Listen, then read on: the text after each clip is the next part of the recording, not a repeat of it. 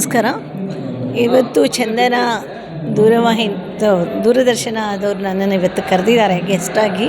ತುಂಬ ಸಂತೋಷ. ಅದುವೇ ಇಲ್ಲಿ ಬಂದು ಡಾಕ್ಟರ್ ಸೋಮೇಶ್ವರ್ ಅವರ 5,000 ಎಪಿಸೋಡ್ ಕಂಪ್ಲೀಷನ್ ಸಂಭ್ರಮದಲ್ಲಿ ನಾನು ಭಾಗಿಯಾಗಿರೋದಕ್ಕೆ ಅವಕಾಶ ಸಿಕ್ಕಿದ್ದಕ್ಕೆ ಭಾಳ ಸಂತೋಷ ಆಯಿತು. ಭಾಳ ಅದ್ಭುತವಾಗಿ ಕಾರ್ಯಕ್ರಮ ಮೂಡಿ ಬರ್ತಾಯಿದೆ. ಇದು ದೊಡ್ಡ ಸಾಧನೆ ದೂರದರ್ಶನದ್ದು. ಅವರು ಇದೇ ಥರ 5,000, 10,000, 20,000 ಆಗ್ತಾಯಿರಲಿ, ಕಂಟಿನ್ಯೂಸ್ ಆಗಿ ಇದು ಮುಂದುವರಿತಾ ಇರಲಿ. ಯಾಕೆಂದರೆ ಇದು ಬ್ರೈನ್ ಸ್ಟಾರ್ಮಿಂಗ್ ಸೆಷನ್. ಇದು ಇದರಲ್ಲಿ ಎಲ್ಲ ಮನೆ ಮಂದಿ ಎಲ್ಲ ಕೂತ್ಕೊಂಡು ನೋಡುವಂಥ ಶೋ ಇದು. ಖಂಡಿತ ನಮ್ಮ ಮುಂದಿನ ಪೀಳಿಗೆಗೆ ಭಾಳ ಅದ್ಭುತವಾಗಿ ಸಹಾಯ ಆಗುತ್ತೆ ಬ್ರೈನ್ನ ಇಂಪ್ರೂವ್ ಮಾಡ್ಕೊಳ್ಳೋಕ್ಕೆ.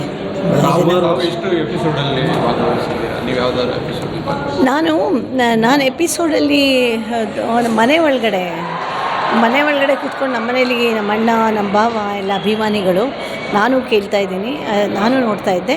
ಆಮೇಲೆ ಕೆಲವೊಂದು ಎಪಿಸೋಡ್ಗೆ ನನ್ನದೊಂದು ಶಂಭು ಅಂತ ಒಂದು ವೀಣಾ ಸೀಡಿ ಮಾಡಿದ್ದೆ. ಈಗಲ್ಲ, ಈಗ ಒಂದು 12 ವರ್ಷದ ಕೆಳಗಡೆ ಆ ಶಂಭು ಸೀಡಿ ನಾನು ಒಂದಷ್ಟು ನನ್ನ ಫ್ರೆಂಡ್ ಆರತಿ ಅವ್ರಿಗೆ ಕೊಟ್ಟಿದ್ದೆ.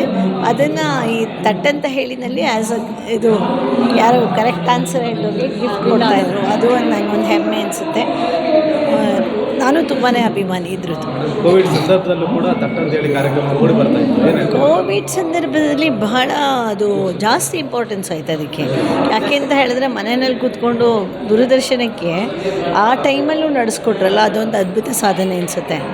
ಅವ್ರಿಗೆ, ಸೋಮೇಶ್ವರ್ ಅವ್ರಿಗೆ ಖಂಡಿತ ಧನ್ಯವಾದಗಳನ್ನು ಅರ್ಪಿಸಬೇಕು. ಜೊತೆಗೆ ದೂರದರ್ಶನ ಚಂದನ ವಾಹಿನಿಗೆ ಖಂಡಿತ ಇಷ್ಟು ಕಂಟಿನ್ಯೂಸ್ ಆಗಿ 23 ವರ್ಷಗಳ ದೀರ್ಘಕಾಲ ಇದನ್ನು ನಡೆಸ್ಕೋತಾ ಬಂದಿದ್ದಾರೆ. ಸೊ ಇಷ್ಟು ಪ್ರಶ್ನೆಗಳು, ಇದು ನಾನು ಅವಾಗಲೇ ಭಾಷಣದಲ್ಲಿ ಹೇಳಿದಾಗೇನೆ ಇದೊಂದು ಖನಿಜ ಭಂಡಾರ ಕನ್ನಡಕ್ಕೆ. ಒಂಥರ ನಾಲೆಡ್ಜ್ ಒಂದು ಇದೇ ಆಗೋಯಿತು. ಇದನ್ನೇ ಆಧಾರವಾಗಿ ಇಟ್ಕೊಂಡು ಮುಂದೆ ಬೇಕಾದಷ್ಟು ಕ್ವಿಸ್ ಪ್ರೋಗ್ರಾಮ್ಸ್ ಮಾಡ್ಬೋದು. ಇದು ಅಳಿಸೋಗಲ್ಲ. ಇದು ಪರ್ಮನೆಂಟಾಗಿ ಶಾಸನ ಥರ ಇದು ಹೋಗಿ ಕಂಟಿನ್ಯೂಸ್ ಆಗಿ